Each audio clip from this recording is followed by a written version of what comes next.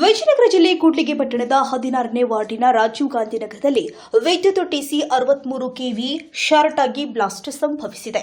ಘಟನೆಯಿಂದ ಸ್ಥಳದಲ್ಲಿ ಅಗ್ನಿಶಾಮಕ ದಳ ತಕ್ಷಣ ಆಗಮಿಸಿ ನಿಯಂತ್ರಣ ಮಾಡಿದ್ದಾರೆ.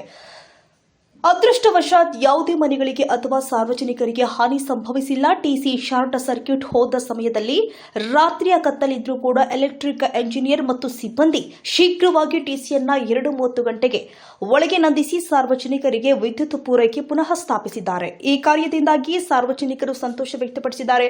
ವಾಸ್ತವವಾಗಿ ಟಿಸಿ ಪಕ್ಕದಲ್ಲಿ ಇರುವಂತಹ ಮನೆಗಳಿಗೆ ಹಾಗೂ ಆವರಣಗಳಿಗೆ ಹತ್ತಿರವಾಗಿರುವುದರಿಂದ ಮಕ್ಕಳು ಆಟ ಆಡ್ತಾ ಇರುವ ಸಮಯದಲ್ಲಿ ಭಯೋತ್ಪಾದಕ ಘಟನೆ ಸಂಭವಿಸದಂತೆ ಟಿಸಿಯನ್ನ ಬೇರೆ ಸ್ಥಳಕ್ಕೆ ಸ್ಥಳಾಂತರಿಸುವಂತೆ ಕೆಇಬಿ ಅಧಿಕಾರಿಗಳಿಗೆ ಮನವಿ ಮಾಡಿದ್ದಾರೆ.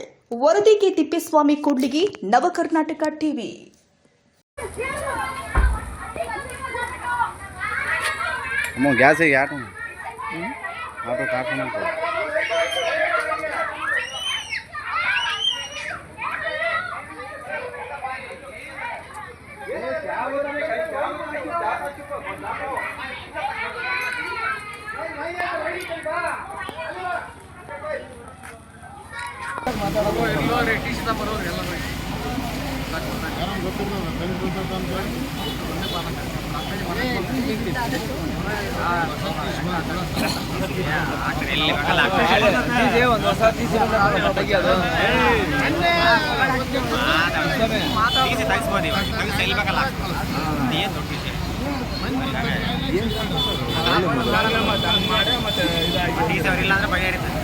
ಸೂರ್ಯನ ಕಿರಣ ಹಿಂಗೈತೆ ಮೊಬೈಲ್ ಅದು ಇದು ಇಲ್ಲ, ಅಷ್ಟು ಬ್ರೈಟ್ನೆಸ್ ಇಲ್ಲ.